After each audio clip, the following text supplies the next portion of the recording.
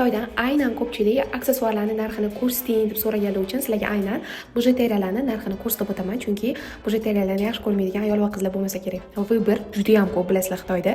Xitoy ishlab chiqarish bo'yicha o'zi любой narsada birinchi o'rinda turadi. Bijuteriyalarga ham vыбор juda ham ko'p. Soat deysizlarmi, aksessuarlar deysizlarmi, hammasidan bor. Endi narxlarni sizlar bilan ko'rib chiqamiz. Shokka tushishga tayyor bo'linglar. Mana shu yerdagi barcha uzuklarning hammasi общий hisobda 7000 so'm ekan qizlar. Tasavvur qilinglar, shunchasi 7000 so'm. Yana bularning kargosi ham qimmat bo'lib ketmaydi. Nima uchun desanglar, bilasizlar, o'zi uzuklarni, tsepochkalar voy, og'irligi unaqa og'ir bo'lmaydi. Endi keyingilarni ham sizlarga birdan ko'rsatib o'tib ketay. Endi bu yerdagilarning hammasi общий hisobda 14000 ekan qizlar. Почти 6 ta uzuk, bu yerda 14000 so'm. Aynan mana shu chiroyli tsepochka o'zimizni puliga 3500 so'm, kargolari bilan bo'lsa bir 8000, 10000 ga borsa ham, soatning narxi ham xuddi shunaqa ekan qizlar. Bunaqa narsani o'rganib, sizlar o'zingizlar uchun ancha pulinglarni tejaban qolasizlar. Xohlasanglar biznes qilsanglar ham bo'ladi. Chunki qaranglar, qanaqa foyda qo'ysanglar bo'ladi ustiga.